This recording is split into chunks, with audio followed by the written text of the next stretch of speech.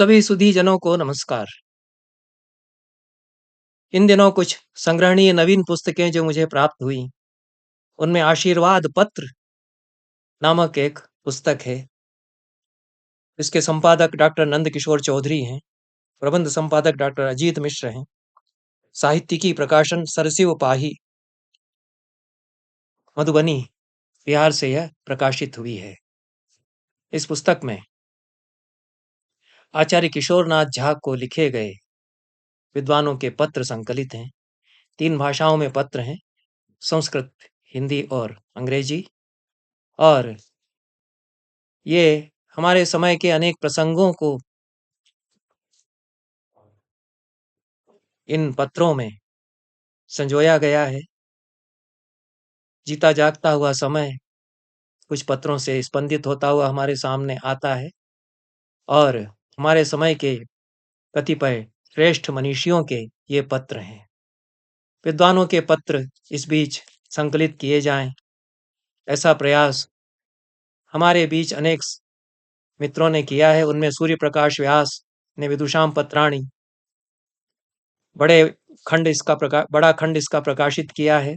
2 संस्करण इस पुस्तक के, जिसमें 20वीं शताब्दी में संस्कृत में विद्वानों ने जो पत्र लिखे हैं, उनका अच्छा संकलन उन्होंने किया है। और भी लोगों ने इस प्रकार के प्रयास किए हैं।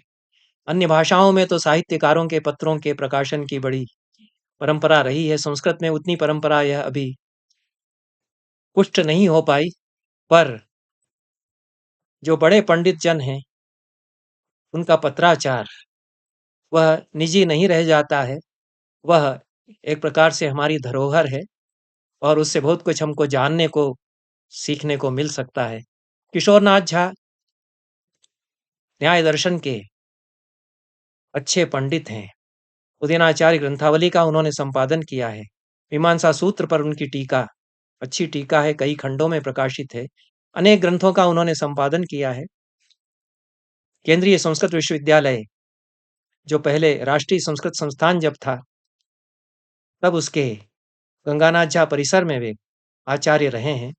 वहां रहते हुए उन्होंने पांडुलिपि संपादन में अनेक अच्छे कार्य किए और सेवानिवृत्ति के पश्चात वे सरिसब पाही, जो दरभंगा के निकट मिथिलांचल में बिहार में गांव है, वहां पर निवास करते हैं। दरभंगा जाने का अवसर मिला एक आध महीने पहले और मेरी बड़ी इच्छा थी कि सरिसब पाही अवश्य जाऊंगा, तो मैं सरिसब पाही गया। मेरी बड़ी मनोकामना पूरी हुई, क्योंकि मेरी यह धारणा रही है और मैं इसको कहता भी आया हूं कि भारतवर्ष के कई ग्राम ऐसे हैं जो अपने आप में विश्वविद्यालय बने रहे हैं। सरिसब पाही में तो अभी भी विद्यापीठ बना हुआ है, बसा हुआ है और कई लोग वहां अभी भी ऐसे रहते हैं। वहां बड़े बड़े पंडित रहे, बालकृष्ण मिश्र वहां रहे, गंगानाथ झा वहां उनका गांव, और लगभग 1500 वर्षों की परंपरा। उस पर भी पुस्तक मैथिली भाषा में किशोरनाथ झा जी ने प्रकाशित कराई है। सेवानिवृत्ति के पश्चात वहां रहते हुए उन्होंने वहां प्रकाशन को बड़ा सक्रिय किया और कुछ पुस्तकें वहां से निकली। यह जो साहित्यिकी प्रकाशन है, बड़ी अच्छी पुस्तकें उन्होंने प्रकाशित की। एक छोटे से गांव से कैसे साहित्य साधना होती है, और पंडितों की भूमि वह गांव रहा। ऐसे गांव को बचाया जाना चाहिए था। उनको बचाने के लिए समाज ने कोई प्रयास नहीं किया। संयोग है कि वहां एक जगदीश मिश्र रहते हैं, जो बालकृष्ण मिश्र के परिवार से हैं, बहुत वयोवृद्ध वे भी हैं, और उनका पुस्तकालय बालकृष्ण मिश्र का, जो बड़े पंडित थे 19वीं शताब्दी के उत्तरार्ध के, दरभंगा राज के समय के, उनकी परंपरा वहां है। उसके संबंध में कभी मैं चर्चा करूंगा। तो पूरा का पूरा गांव वहां, गंगानाथ झा के परिवार के लोग जो अभी भी आते जाते हैं, रहते हैं। ऐसे छोटे छोटे गांव, उनके पंडितों की संतानें तो माइग्रेट हो गई, आव्रजित हो गई या प्रव्रजित हो गई, अन्य अर्थ में अन्यत्र उच्च पदों पर काम करते हुए बड़े शहरों में चली गई। पर वहां जो सारस्वत साधना की गई, वह बनी रहे। तो यह किशोरनाथ झा इसलिए भी अभिनंदनीय है कि सेवानिवृत्ति के पश्चात अपने पैतृक गांव में और अपनी जन्मभूमि में पहुंच करके उन्होंने ज्ञान की ज्योति को पुनः वहां पुनरुद्दीपित किया। और उनके प्रशंसकों ने यह पत्र संकलित करके छपवाए हैं। यह संग्रहणीय पत्रों का समुच्चय गुच्छा है, आशीर्वाद पत्र नाम से इस पुस्तक में। किशोरनाथ झा की गुरु परंपरा, उनका संप्रदाय इन पत्रों से स्पष्ट होता है। और अनंतलाल ठाकुर जी के सानिध्य में उनकी विद्या साधना विकसित होती रही है। और फणिभूषण तर्कवागीश और B.M. बरुआ, उनका मार्गदर्शन उनको प्राप्त होता रहा है। ये बड़े आचार्य हैं हमारे समय के। और यह परंपरा वामाचरण भट्टाचार्य और कृष्ण माधव झा, इनसे जुड़ी हुई है। काशीनाथ मिश्र बड़े पंडित रहे हैं, उनका स्नेह उनको प्राप्त होता रहा है। इसके जो संपादक हैं नंदकिशोर चौधरी, उन्होंने लंबी भूमिका में पूरी इस परंपरा की भी चर्चा की है और किशोरनाथ झा के व्यक्तित्व और कृतित्व पर बहुत ही अच्छा प्रकाश डाला है। उनके अनेक कार्यों की भी चर्चा की है। इस नाते यह पुस्तक एक सुशिष्य के द्वारा अपने गुरु के प्रति बहुत ही अच्छी श्रद्धा सुमनोंजलि भी है। और इसमें जो पत्र हैं, संस्कृत में लिखे हुए पत्रों में NS रामानुज ताताचार्य, सत्यव्रत शास्त्री, रामकरण शर्मा, वेदानंद झा, VR वेंकट दीक्षित दास, D प्रहलादाचार्य, कलानाथ शास्त्री, मुरलीधर शर्मा, जगन्नाथ पाठक, इंदेश्वरी प्रसाद मिश्र, KE गोविंदन, KE देवनाथन, ये सब हमारे समय के बड़े श्रेष्ठ पंडित हैं। 20वीं शताब्दी के संस्कृत साहित्याकाश के ये उज्जवल नक्षत्र हैं। बटुकनाथ शास्त्री, आदित्यनाथ भट्टाचार्य, रेवा प्रसाद द्विवेदी, विश्वनारायण शास्त्री, गोपिका मोहन भट्टाचार्य कुरुक्षेत्र विश्वविद्यालय में आचार्य थे, न्याय दर्शन के बड़े अच्छे पंडित थे। और यहाँ से सेवानिवृत्त होने के पश्चात वे वियना में जो भारतीय विद्या का शोध संस्थान है, जिसमें कि न्याय दर्शन विशेष रूप से प्रतिष्ठित है, उसमें वे रहे। इस प्रकार से इनके पत्र हैं। अंग्रेजी में अनंतलाल ठक्कुर, गोविंद चंद पांडे, दया कृष्ण जी बड़े दार्शनिक हैं हमारे समय के। नगीन जय शाह, ये जैन विद्या के बड़े विद्वान हैं। SD जोशी, शीदा जोशी, ये पूना विश्वविद्यालय में आचार्य रहे हैं। और जो संस्कृत डिक्शनरी का, संस्कृत कोश का सबसे बड़ा प्रकल्प है, सबसे बड़ी शोध योजना है, उसके संपादक भी उसके संपादकों में ये रहे हैं। D प्रहलादाचार्य का भी पत्र अंग्रेजी पत्रों में है। और हरिहर झा, अच्युतानंद दास, KE गोविंदन इत्यादि विद्वानों के अंग्रेजी में लिखे हुए पत्र हैं। वशिष्ठ नारायण झा, VN झा न्याय दर्शन के अच्छे विद्वान हैं, बड़े पंडितों में हमारे समय के हैं। हिंदी और बंगला में लिखे हुए पत्रों में पद्म भूषण बलदेव उपाध्याय, गोविंद चंद पांडे, कमलाकांत मिश्र, सुनीति कुमार पाठक, रमेश कुमार पांडे इत्यादि इत्यादि विद्वानों के पत्र हैं। बटुकनाथ शास्त्री का पत्र भी इसमें है। सच्चिदानंद मिश्र, ये भी हमारे समय के अच्छे नैयायिक हैं और भारतीय दार्शनिक अनुसंधान परिषद के सचिव हैं। अनंतलाल ठाकुर का बंगला में लिखा हुआ पत्र है। अमलेश भट्टाचार्य के पत्र हैं, मैथिली में पत्र हैं इसमें। और काशीनाथ मिश्र, मुनीश्वर झा, गोविंद झा, ये जाने माने विद्वान हैं। और मैथिली लोक व्यवहार की भाषा इस पूरे अंचल में जिस तरह से बनी हुई है, पत्राचार की भी भाषा बनी हुई है। और मैथिली सुनना, मैथिली पढ़ना, उसका अपना एक अलग आनंद है। इन पत्रों में बहुत सारी विद्वानों के जीवन की झांकियां हैं, उनकी साहित्य यात्रा, विद्या यात्रा पर प्रकाश पड़ता है। संस्कृत बहुत सुंदर ललित लिखी है अनेक विद्वानों ने। ये तो जैसे पंडित हैं, उनकी संस्कृत का तो कहना ही क्या है। तो संस्कृत में जो इतना पत्राचार हुआ है, वह अपने आप में संस्कृत साहित्य की भी धरोहर है। 24 पत्र संस्कृत में हैं, 22 अंग्रेजी में हैं, हिंदी और बंगला में पत्र हैं 20, और केवल बंगला में पत्र 3 हैं, मैथिली में पत्र हैं 21। प्रकार से बड़ी संख्या में इसमें पत्र हैं।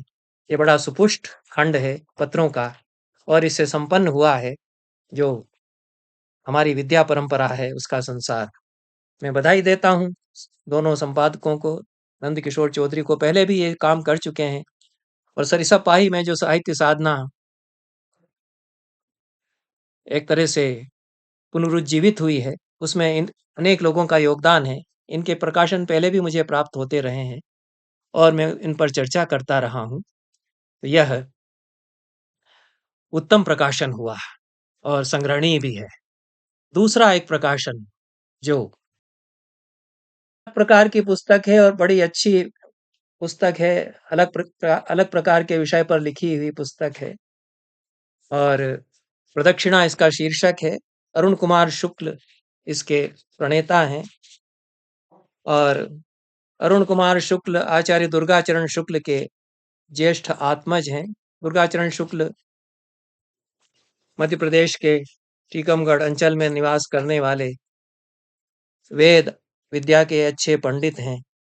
यह प्रदक्षिणा शीर्षक पुस्तक, जिसका उपशीर्षक है लोक गौरव की सांस्कृतिक परंपरा, जनजातीय लोक कला एवं बोली विकास अकादमी मध्य प्रदेश संस्कृति परिषद भोपाल द्वारा प्रकाशित की गई है और 2023 का यह प्रकाशन है। 50 रुपया इसका दाम है।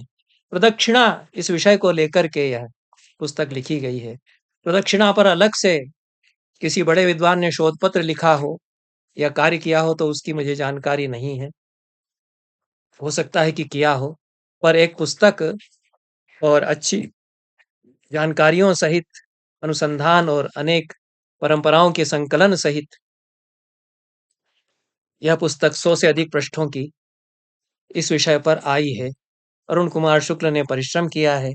प्रदक्षिणा संबंधी लोकाचार, कर्मकांड, वैदिक परंपराएं, लोक परंपराएं, जैन आगमों की परंपराएं, इन सब का संकलन करने का, इस दृष्टि से यह एक अच्छा सांस्कृतिक अध्ययन प्रदक्षिणा का है। यद्यपि इस प्रकार का काफी कुछ कार्य वासुदेव शरण अग्रवाल कर चुके हैं और वे अन्य शीर्षकों से कर चुके हैं। इस पुस्तक में प्रदक्षिणा के संबंध में अनेक जानकारियां हैं और सबसे अच्छा इसका जो अंश है वह दुर्गाचरण शुक्ल की सुचिंतित भूमिका है और उन्होंने प्रदक्षिणा की परंपरा पर इसमें प्रकाश डाला है। अथर्ववेद में इसका जो उल्लेख आता है, सप्ताह स्यासन परिधेय त्रिसप्त समिधः कृता, यह तो पुरुष सूक्त ऋग्वेद में भी आता है और इससे जोड़ते हुए ऋग्वेद में दक्षिणा के संबंध में जो पूरा का पूरा सूक्त है, उससे भी प्रदक्षिणा की परंपरा को ये जोड़ते हैं। और दक्षिणा का अर्थ संकल्प शक्ति से यज्ञ की प्रसूत शक्ति अर्थात अंतर्ज्ञानमय विवेक, यह दुर्गाचरण शुक्ल अर्थ करते हैं। और जिसमें यह संकल्पमय शक्ति होती है वह दक्षिणावान कहलाता है। और गोपद ब्राह्मण में दक्षिणा सावित्री इत्यादि कहा गया है और इस दक्षिणा की जो अवधारणा है उससे प्रदक्षिणा उद्घाटित होते हैं। प्रदक्षिणा जो षोडशोपचार पूजा है उसमें तो आती ही है और ईश्वर की उपासना से इसका संबंध जुड़ता है इस नाते, और इसका प्रयोजन, इसके फलितार्थ उपसर्ग जो लगाया गया है यह एक विशेष दिशा में गति को बताता है और दक्षिण दिशा की ओर बढ़ने से तात्पर्य हो सकता है इष्ट को अपने दाहिने ओर रखते हुए गति करना। यह इसका अर्थ अरुण शुक्ल लेते हैं। प्रगतम दक्षिणमिति प्रदक्षिणा, ऐसा भी व्युत्पत्तिजन्य अर्थ वे करते हैं। इसके अनंतर जो सारे लोकोत्सव हैं उनमें प्रदक्षिणा कहाँ कहाँ आती है, और यह तो फिर नर्मदा की परिक्रमा, उसमें भी परि उपसर्ग जो लगा हुआ है वह, और व्रत जो वृत्ताकार गमन है उसके क्या आशय हैं, उसके हमारा जो जीवन बोध है, हमारा जो विश्व दर्शन है, उसमें चक्राकार गति का, वृत्ताकार भ्रमण का क्या आशय है। और इसलिए प्रदक्षिणा हम करते हैं कि जीवन की गति जो है वह सीधी एक रेखा में नहीं हुआ करती है, काल चक्राकार भ्रमण करता है और इस नाते उसका भी बोध दक्षिणा के द्वारा हम करते हैं, यह एक आरंभिक कार्य कहा जा सकता है। और यदि पूरे संस्कृत वाङ्मय में प्रदक्षिणा कहाँ-कहाँ वर्णित है, इसका संग्रह यदि किया जाए तो एक अच्छा कार्य हो सकता है, क्योंकि अरुण कुमार शुक्ल सुधी अध्येता हैं, परिश्रम उन्होंने किया है, पर वे संस्कृत साहित्य के विद्वान नहीं हैं। और उन्होंने उत्सवों पर, लोकोत्सवों पर जो सामग्री प्रस्तुत की है, उस पर तो वासुदेव शरण अग्रवाल ने बहुत विस्तार से अपने ग्रंथों में विचार किया ही है। गिरिव्रज है, गिरिमा है, यक्षमा है, ये जो इस प्रकार के लोकोत्सव हैं और इनमें प्रदक्षिणा होती ही है। तो जितने भी वृक्षमा हैं और वृक्षों की पूजा के जितने उत्सव हैं, उनमें वृक्षों के चारों ओर परिक्रमा की ही जाती है। देव मंदिरों में परिक्रमा की ही जाती है, पर्वतों की प्रदक्षिणा की ही जाती है, और पर्वतों की परिक्रमा की जाती है। प्रदक्षिणा और परिक्रमा इस दृष्टि से बहुत साम्य उनमें हो जाता है। नाट्यशास्त्र में भी जो परिक्रमा वर्णित है, अभिनय का अंग बना करके प्रस्तुत किया है, और जो सारी कॉस्मोलॉजी या वैश्विक बोध है, उससे वह जो परिक्रमा नाट्यशास्त्र में है, उससे वह जुड़ती है। क्योंकि नाट्यशास्त्र में रंगमंच पर, रंगपीठ पर ब्रह्ममंडल है। उस ब्रह्ममंडल में ब्रह्मा, विष्णु, शिव और वरुण, इंद्र इत्यादि सारे देवता प्रतिष्ठित हैं। इस पर मैंने चर्चा की है। अनेक वैदिक देवता हैं, अनेक आगम देवता हैं, आगमिक देवता हैं, पौराणिक देवता भी हैं और लोक देवता भी हैं। वे सब उसमें आवाहन करके प्रतिष्ठित करा दिए गए हैं, अमूर्त रूप में वो विराजमान हैं। अब जो भी अभिनेता प्रवेश करता है, उसका प्रदक्षिण प्रवेश और अप्रदक्षिण प्रवेश, दो प्रकार का प्रवेश बताया गया। इस बात को इसमें जोड़ा जा सकता था, पर नाट्यशास्त्र तो इनका विषय नहीं है। तो प्रदक्षिणा पूर्वक प्रवेश करता है, बिना प्रदक्षिणा किए प्रवेश करता है। कौन से पात्र कब कब प्रदक्षिण प्रवेश करेंगे, यह निर्देश भरत मुनि ने दिया है। कौन से द्वार से आएंगे, उसमें किस दिशा में द्वार है, दक्षिण दिशा के द्वार से आएंगे तो प्रदक्षिणा करेंगे, नहीं करेंगे, ये सारे जो निर्देश हैं, उसमें जो पूरा ब्रह्मांड उस ब्रह्म मंडल में विराजित कर दिया गया है, उस ब्रह्मांड की हम परिक्रमा करते हैं। उसमें यह आशा है कि वही ब्रह्मांड पिंड में है और उसकी हम परिक्रमा करते हैं, ब्रह्मांड बोध जुड़ता है। तो व्यक्ति केवल अपने तक ही सीमित नहीं है, पूरा ब्रह्मांड उसके भीतर है और पूरे ब्रह्मांड में वह है। प्रदक्षिणा का एक आशय यह भी है। तो यह प्रदक्षिणा तो संस्कृत साहित्य में अनेकत्र मिलती है। सारे नाटकों में परिक्रम में आता है, प्रवेश करता है, परिक्रमा करता है। परिक्रमा क्यों करता है? क्योंकि नाटक तो खेलने के लिए संस्कृत नाटककारों ने लिखा है। हिंदी के नाटकों में थोड़ी परिक्रमा करके प्रवेश करता है, आधुनिक भाषा के किसी नाटक में परिक्रमा करके प्रवेश करता है, ऐसा थोड़ी नाट्य निर्देश कोई देगा। वहां तो बड़ी साज सज्जा टीम टाम सब होती है कि उसके घर की खिड़की है वो दिखाई जाएगी, तो उसका ये दिखाया जाएगा, और उसका ड्राइंग रूम ऐसा, वो पूरा प्रस्थान अलग हो गया, ये प्रस्थान अलग हो गया। इसमें सारे सांकेतिक अभिप्रायों से बहुत छोटे से रंगमंच पर ब्रह्मांड उपस्थित कर दिया जाता है, और दर्शकों को अनुभव होता है कि हाँ यह है, क्योंकि वो जानते हैं कि देवता विराजमान है, उनकी परिक्रमा इसने करके ये खड़ा हुआ है यहाँ पर। तो यह जो प्रदक्षिणा का अभिप्राय है, सारे प्राचीन संस्कृत नाटकों में शायद ही कोई नाटक ऐसा होगा जिसमें परिक्रम्य यह नाट्य निर्देश नहीं आता है। तो रंगमंच पर प्रवेश करते ही परिक्रमा कर डालता है, क्योंकि देवता बीच में है। यह जो नाट्य निर्देश आता है प्राचीन संस्कृत नाटकों में, आधुनिक संस्कृत नाटकों में अब नहीं आएगा, क्योंकि जीवन बदल गया। तो यह जो परिक्रमा हो या प्रदक्षिणा उसको कहें, यह जो अभिप्राय है केवल कर्मकांड, पूजा पद्धतियों तक ही नहीं, ये हमारी कलाओं में व्याप्त है, हमारे जीवन का यह अंग बन गया। क्योंकि प्राचीन काल में तो पूज्य व्यक्ति की भी परिक्रमा या प्रदक्षिणा करते थे।